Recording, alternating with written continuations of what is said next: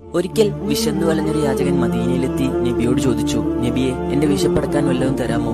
നബി ആ മനുഷ്യന് തന്റെ വീട്ടിൽ ഭക്ഷണം ഉണ്ടാവുമെന്ന് കരുതി തന്റെ വീട്ടിലേക്കുള്ള വഴി പറഞ്ഞു കൊടുത്തു. എന്നാൽ അള്ളാഹുവാണേ സത്യം, ഇവിടെ കഴിക്കാൻ ഇനി ഒന്നും ശേഷിക്കുന്നില്ലെന്ന് പ്രവാചക പത്നി മറുപടി പറഞ്ഞു. അയാൾ നബിയുടെ അടുത്തേക്ക് സങ്കടത്തോടെ തിരിച്ചെത്തി. ക്ഷീണിതനായ ഈ പാവ മനുഷ്യന് ഇന്ന് രാത്രി ആരാണ് വിരുന്നൊരുക്കുക? നബി ചുറ്റും നിന്ന് സ്വഹാബത്തിനോട് ചോദിച്ചു. അന്ന് മദീന മുഴുപട്ടിണിയിലായിരുന്ന കാലമാണ്. സ്വഹാബാക്കളുടെ വീട്ടിലെല്ലാം പട്ടിണിയാണ്. എന്നാൽ അക്കൂട്ടത്തിൽ നിന്ന് ദരിദ്രനായ ഒരു സ്വഹാബി കൈയുയർത്തി, ഞാൻ സൽക്കരിക്കാം നബിയെ. ആ സ്വഹാബി ആ യാചകനെയും കൊണ്ട് തന്റെ വീട്ടിലെത്തി ഭാര്യയോട് ചോദിച്ചു, എന്നോടൊപ്പം ഒരു അതിഥിയുണ്ട്, കഴിക്കാൻ വല്ലതും ഉണ്ടോ? എന്നാൽ നമ്മുടെ മക്കൾക്കുള്ള അല്പം റൊട്ടിയും കറിയുമല്ലാതെ മറ്റൊന്നും ഇവിടെയില്ലല്ലോ എന്ന് ഭാര്യ സങ്കടത്തോടെ പറഞ്ഞു. അപ്പോൾ ആ സ്വഹാബി തന്റെ പത്നിയോട് പറഞ്ഞു, ഞാൻ പറയുന്നത് നീ ശ്രദ്ധിച്ചു കേൾക്കുക.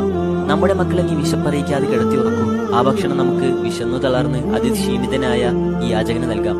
മറ്റൊരു കാര്യം, നമുക്ക് കഴിക്കാനൊന്നുമില്ലെന്ന് മനസ്സിലായാൽ അയാൾക്ക് ബുദ്ധിമുട്ട്